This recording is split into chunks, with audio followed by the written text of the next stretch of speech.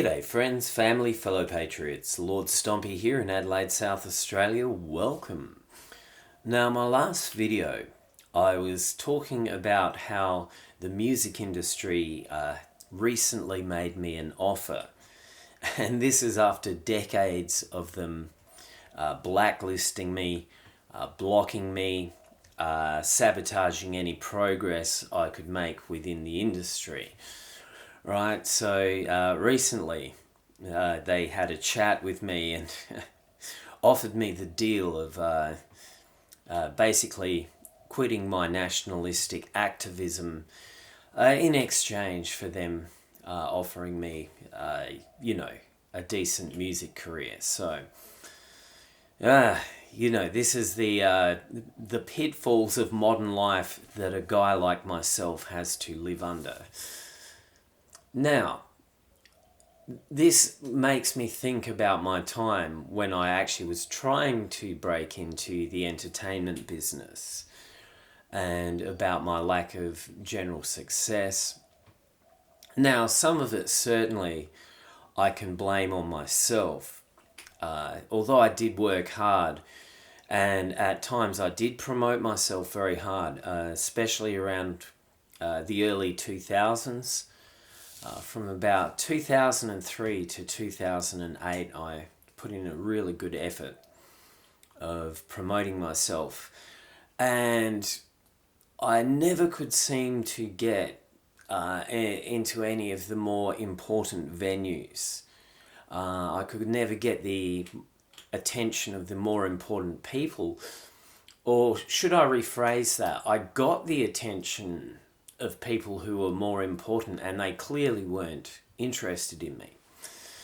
And it wasn't just myself that had this problem.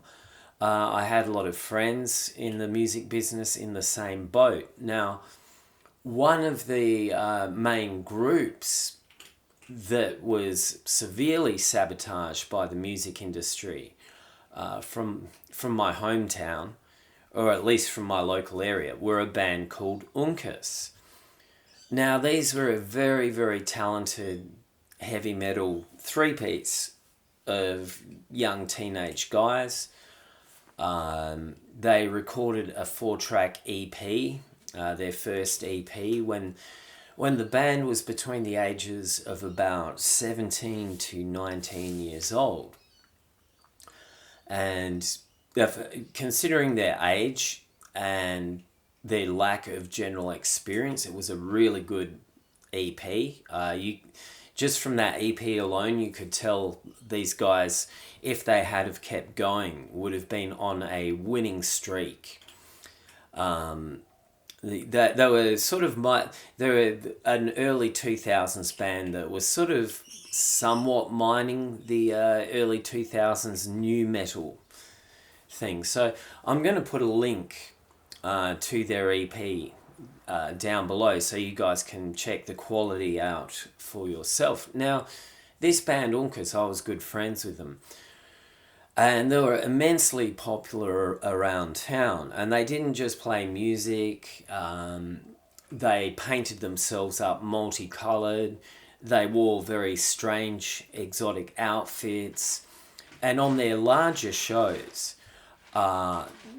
they'd have these dancing girls, and the girls would juggle fire while they were dancing, and the band would breathe fire over the audience in between. So they had a really polished professional show, and these guys took this show on the road all over Australia. I think they played every state of Australia, except maybe the Northern Territory. And everywhere they went, they were very well received. So they just absolutely stuck to their guns and worked really hard. And they couldn't break through, no matter how hard they tried. They couldn't break through to the more important venues and the more important people in the industry. Now, a certain point came in their career where the band Wolfmother, right? Back in the early 2000s, before Wolfmother was particularly famous, when Wolfmother was just starting to ascend out of unknown status into the limelight, and Wolfmother booked my friend's band, Uncas, to be the support act, and they got booked for 5 shows. And here's where it's interesting. Uncas thought this was a pretty big break. They thought, oh, this is really good. It was at a fairly large venue called the Espy in Melbourne, a very well-respected music venue. And on the opening day, Uncas went all out mental, and they did their fire show and went crazy. And this damn cat. And basically they upstaged Wolfmother on the first day. As they were the opening act, and they upstaged Wolfmother. And Wolfmother threw a fit. And listen, you, I'm going to throw the cat out. Out.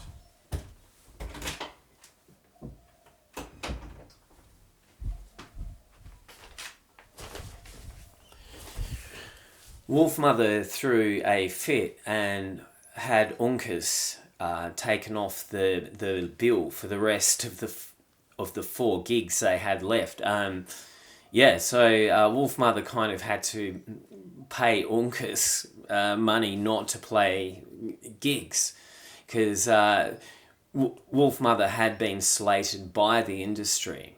They'd been given the green tick by the entertainment industry that they were the next big band.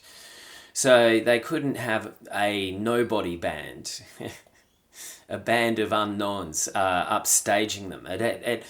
It had to, on Wolfmother's rise to fame, it had to look like they were the most awesome band in the world. And what eventually happened to my friend's band was they got offered a contract by EMI, eventually, after a lot of banging their head against the wall. And they had a very tough old school manager, and the manager went through this contract. Now, it is a standard thing that in the music industry, when you're a completely unknown band, the big labels will offer you a really, really crappy music contract, because they think you will be so desperate for success that you'll just be glad you're signed with EMI, and you'll sign anything. So the manager read through the contract, and it was a very poor contract. And the manager was an old school tough woman. She'd had a lot of experience in the music industry in the 70s, and she just told EMI in no uncertain terms, was she going to accept this contract?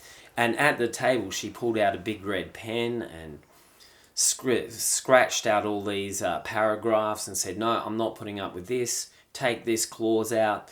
She was actually quite blunt and almost rude with the EMI executives. So what happened after that was, because Uncas had turned down the offer, was then they began to get sabotaged. The big labels now had basically had put them on a blacklist for not playing the game.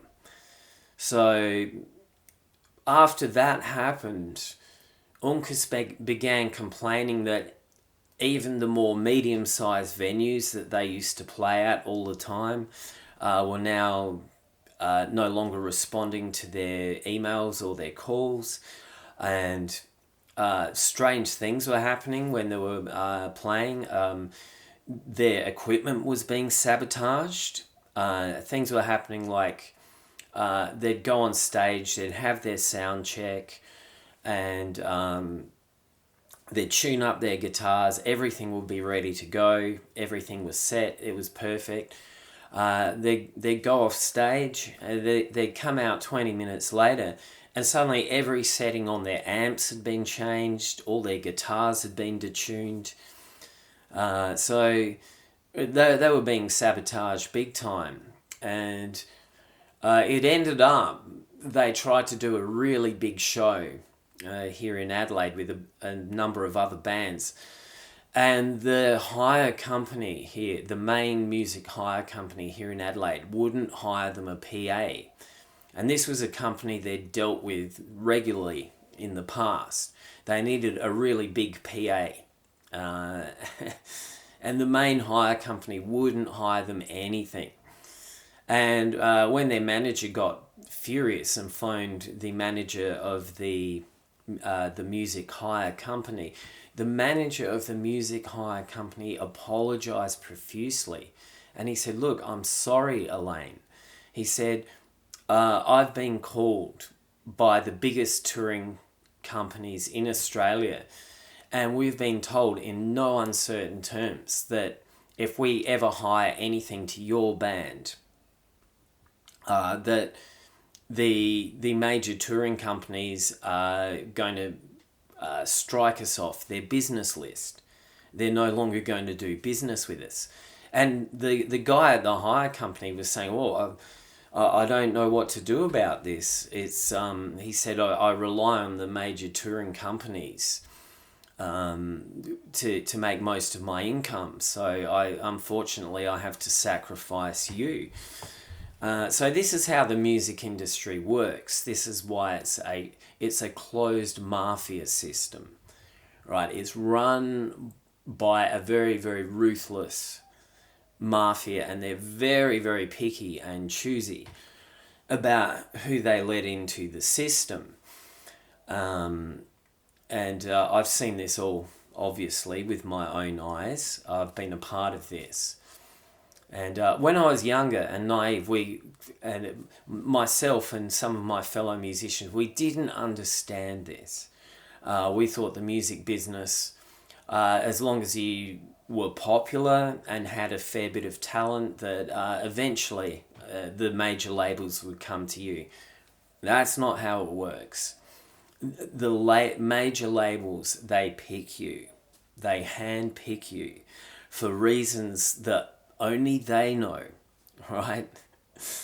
And this is why the entertainment business is such a sordid, corrupt, just absolutely satanic pit of filth, right? It's entry by special invitation only. So now that you guys understand that, and sadly, when I eventually ended up understanding this, it was kind of really ruined me, because not only did I realize I wouldn't have any sort of mainstream music career, I also just realized the absolute depths of depravity of the music industry, the pedophilia, the drugs, the sodomy, the Satanism, everything. It's a package deal. Because eventually I did start making some friends with some people higher up the chain in the entertainment industry, and I went to some of their parties, and it was Pizzagate. I was seeing Pizzagate before my eyes, before Pizzagate was a thing. And this is why when eventually Pizzagate came out, I was completely not surprised. I just researched Pizzagate for literally only 20 minutes. I was like, pedos, Satanism, massive amounts of drugs, lots of faggotry. And I just suddenly went, oh, so it's a global, worldwide system, right? It's not just like this in Australia. In my naivety, I thought maybe Australia was just a really bad case, and that maybe in other countries the music industry wasn't so bad. But no, it's a global thing. So this is how the elites have control over our artistic communications, right? So if you think about it, whether it's painting, music, acting, all those sorts of artistic endeavors. At the end of the day, this is just the communication of expression between individuals. So the Satanists who control the music industry, the Masons, the Jews, and the Satanists, that seems to be the three main cabals, and they're all sort of joined together in this control grid. They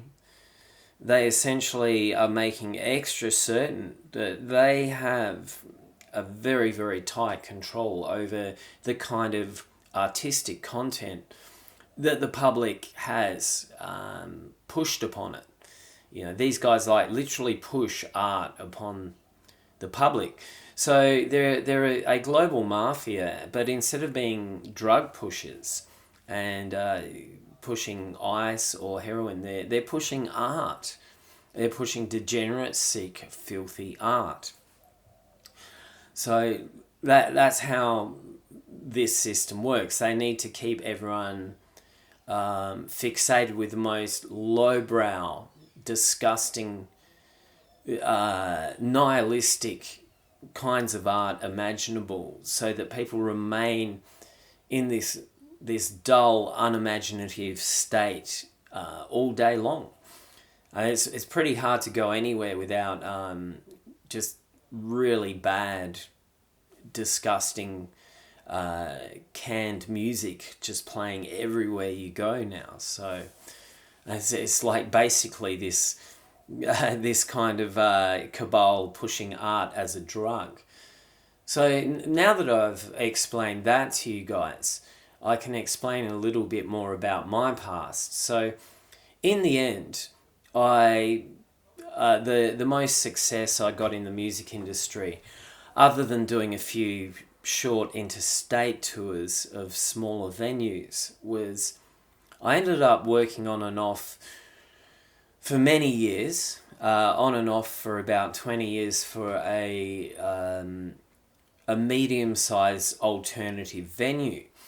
And I started back in 2003. So it was about 18 years. I worked there up until 2020, 17 years. And this alternative venue, all the artists who weren't being picked for the more mainstream venues seemed to congregate there. So that included myself. There was all these weird artists that were in basically sort of more undefined categories. You had people who were into Celtic traditional music. You had myself. You had a lot of folk musicians. It was just sort of this hangout of the eclectic weirdos of the music world. So over the years, I got on quite well with the management there. They were very friendly and supportive. And it was only about a year and a half ago that the old guy who's run this venue forever, he's well past 80 now. He's for the last few years he's been going a little bit senile. And because he's senile, his frontal lobe's going, he just says whatever's in his mind now, he doesn't filter what he's thinking anymore. So I walked into his venue and he said, sit down at the bar, I'll buy you a whiskey. So he bought me a whiskey and I'm drinking the whiskey with him. And then straight off the bat he says, I'll have you know that I'm a Mason. And all my family are Masons. We're all proud Masons. And I was like, oh, okay. So he'd never mentioned this before. So I was like, okay, that's... And the moment he mentioned that, I suddenly began realizing why over the years I'd seen so much weird, dubious... I'd seen a lot of weird and dubious things happen at this venue. right? And one of the main ones that comes to mind is this venue sponsored out two different professional musicians, and they worked really hard to get these professional musicians Australian citizenship. Now, at first, these professional musicians, one was from Tibet and one was a New York Jew called Bob Brosman. Now, both of them ended up, years later, being done for very serious sexual assault charges. Now, Bob Brosman committed suicide in 2013, and I was quite friendly with him. He was a very talented guy, and no one knew why he committed suicide at first. And because I knew him quite well, I was quite sad. I said to somebody, well, that's very sad. And they said, well, it's not. They said, haven't you checked the internet? And they said, type in Bob Brosman pedophile. So I went back home, typed in Bob Brosman pedophile, and lo and behold, back in 2013, a huge number of articles came up. Basically, Bob Brosman committed suicide because he had 6 separate pedophile cases pending around the world. They were all completely independent of each other. Now, if it was just 1 or 2 and the guy is dead, we might give him the benefit of the doubt. But when it's 6 and they're all completely independent cases, there's something wrong there. Right, and the same thing happened with this Tibetan guy. I noticed he was like a bit weird and creepy around women, and I brought up this issue with the management of this venue. I said, look, he's seems to be a bit of a sexual deviant to me. And they said, oh, no, he's not. And about 6 months later, he got in a lot of trouble for battery and rape within his marriage. He'd married an Australian woman and then apparently beaten her up and raped her. And this venue, I went to them, I said, look, I told you the guy's creepy with women. I said, the way he acts, it's just obvious. They said, oh, no, he's innocent. And they said, oh, no, we're so sure he's innocent. We're providing him with a lawyer. So this guy had a Masonic lawyer represent him, and he got off of the charges of battering and raping his wife. But then about 2 years later, he actually did jail time for some severe, bizarre sexual stalking case. I'm not going to go into the details, but he went down for that one. He went to these huge lengths to like sexually intimidate and stalk a woman. Like he went beyond any sort of like he was hacking her accounts, he was chasing her around, he was hanging around outside her house. It was bad, man. So yeah. So I ended up realizing that this venue that I was at was like, basically it was a containment venue that was being run by the Masons for all the musicians they didn't want to admit to the inner sanctum of the music world. They just sort of had us all hanging out at this weird venue, and we're all being monitored there, right? It was being run by the Masons. And I saw a lot of weird stuff going on there over the years, and now I can see it. It was what you call a limited hangout that was run by the Masons, where they could keep an eye on us all. So there you go, my friends. This is partly how the music industry works. I'll catch you around next time. God bless. Deus Vult.